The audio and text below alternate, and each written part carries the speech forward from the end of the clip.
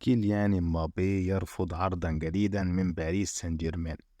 رفض النجم الفرنسي كيليان امبابي جناح فريق باريس سان جيرمان الفرنسي عرضا جديدا من إدارة النادي من أجل حل الوضع المتأزم بين الطرفين في الوقت الراهن. وذكرت شبكة سكاي سبورتس البريطانية أن امبابي تلقى عرضا من إدارة القطري ناصر الخليفي، وضع فيه النادي الباريسي شرطا يضمن للاعب الرحيل في الصيف المقبل، لكن محاولة النادي الباريسي ذهبت أدراج الرياح. الشبكة البريطانية أوضحت أن مبابي لم يعطي أي اهتمام لعرض باريس، ورفض منح النادي فرصة التفاوض حتى بشأن العرض الذي سيقدمه، حيث يتمسك اللاعب برأيه المتعلق بالاستمرار في النادي دون تجديد العقد ثم الرحيل المجاني في الصيف القادم.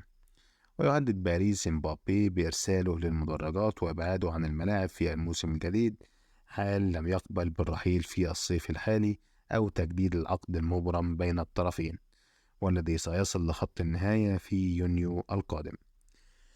ويبقى ريال مدريد الإسباني المرشح الأبرز للظفر بتوقيع مبابي في الفترة المقبلة، حيث يستعد النادي الملكي لتقديم عقدا ضخما على طاولة نجم موناكو السابق لجلبه بأسرع وقت ممكن.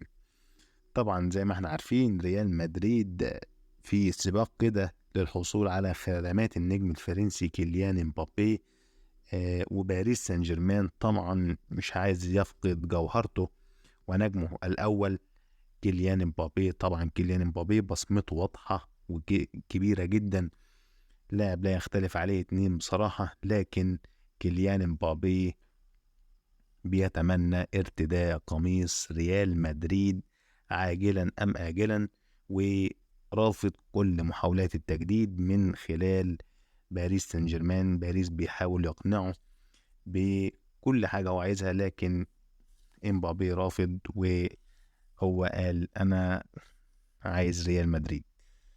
طبعا ريال مدريد هيبقى إضافة قوية، كيليان امبابي هيبقى إضافة قوية لريال مدريد، وهتكون بصمته واضحة في ظل تواجد نجوم الريال. خلينا نشوف ايه اللي هيحصل في الاخر، بس اتوقع ريال مدريد هيحصل على توقيع كيليان مبابي. شاركونا بآرائكم في التعليقات، وادعمونا بلايك واشتراك في القناة عشان نقدم لكم كل جديد كده. انتهى الفيديو بتاعنا.